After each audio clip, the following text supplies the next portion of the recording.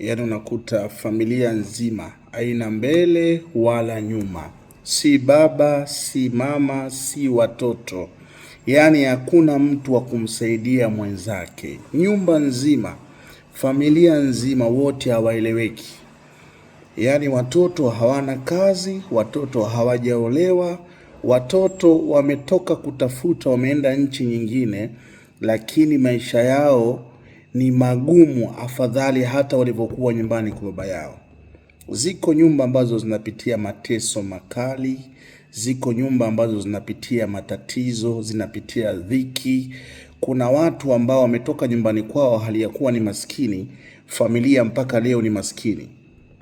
Mtoto akipata kazi atafukuzwa kazi, lakini pia mtoto kama atasafiri atakwenda nchi za mbali kutafuta pesa, maisha yake yatakuwa ni mabaya mahali yalipo mpaka atamani kurudi.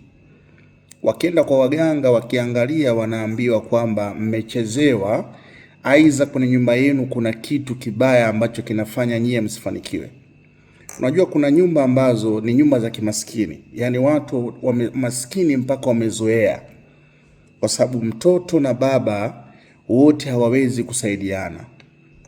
Unakuta matatizo, nyumba ina mfarakano, baba na mama hawaelewani, nyumba ina mfarakano, watoto hawaelewani, kila mmoja azungumzi na mwenzake, lakini hakuna sababu yoyote. Yaani familia na koo ya kimaskini hakuna hata mmoja mwenye afadhali. Yaani mtu akipata afadhali anarudi nyuma 10%.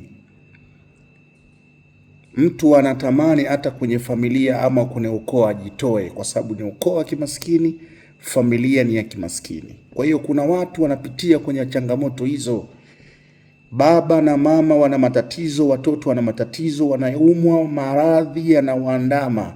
Wanapokwenda hospitali basi hawana maradhi, wanashinda kwenye vituo vya dua, kuna vituo vya maombi kujaribu kujisaidia, kwa sababu hakuna mtu mwenye afadhali. Hakuna baba mwenye afadhali, hakuna mama mwenye afadhali. Hata watoto waliowazaa wanakula maisha ya shida, maisha ya kiutumwa. Watoto wanachukiwa, watoto wanafukuzwa kazi. Mtoto ameenda nje, ni mwaka wa 10 huko, hajafanikiwa, na struggle kufanikiwa huko ni kugumu, mpaka mama anajuta kwamba mimi kwa nini watoto wao nimewazaa, watoto wangu wote ni maskini. Hakuna hata mmoja mwenye afadhali. Watoto wakiolewa wanaachwa, watoto wakioa wanaacha, nyumba inakuwa na mvurugano, mfarakano, watoto wametupiwa kwenye ulevi, yaani hata mmoja hamna anaweza kumsaidia mwenzake, chuki. Na hata kama kuna wajomba wana uwezo watashindwa kuwasaidia, hata kama kuna mama mdogo ana uwezo atawatenga, atashindwa kusaidiwa. Yaani familia yenyewe kwa yenyewe zinashindwa kusaidiana. Na utakuta kwenye familia aidha mjomba au mama wana uwezo mkubwa, lakini wanashindwa kusaidia familia ile, ni kwa sababu ya mambo ya uchawi. Kwa hiyo kuna familia ambazo zinapitia changamoto za namna hii, lakini hawajui njia gani wafanye ili kuondoa hayo matatizo. Kwa hiyo mimi lengo kubwa ni kuja kukufundisha wewe au kukupa njia mbadala, nini tufanye ili kuweza kuondoa tatizo hilo.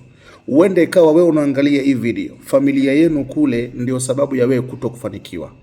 Unaenda kwa mganga kutaka wewe ufanikiwe peke yako, lakini kumbe shida imeanzia kwenye familia yenu. Unaenda kwa mganga ili wewe ufanikiwe kimaisha, uwe tajiri, uwe na mali ili ufanikiwe, lakini umehangaika kwa waganga wengi mpaka leo hujafanikiwa. Uende kawa sababu ya wewe kutokufanikiwa, nyumbani kwenu kuna mambo ya kichawi ambayo yamefanyika. Nyumbani kwenu kumekaa mmefanywa vitu vibaya, familia yote iteseke. Hata wewe ukiwa mjini na kusaidia nini?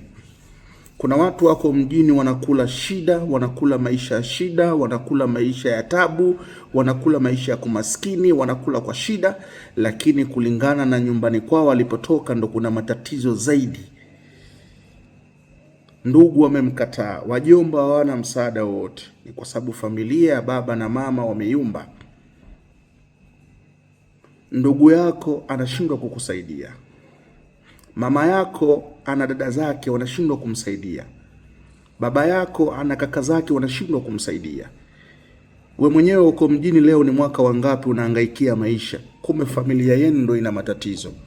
Chanzo cha matatizo yako si kwamba ni wewe ndio umeanza. Chanzo cha shida na umaskini wa kuto kufanikiwa umetoka nyumbani kwenu. Kuna watu nyumbani kwao hawalali, akirudi nyumbani maradhi, baba anaumwa, mama anaumwa, mtoto anaumwa, yani familia nzima hakuna mtu kuwasaidia mwenzake.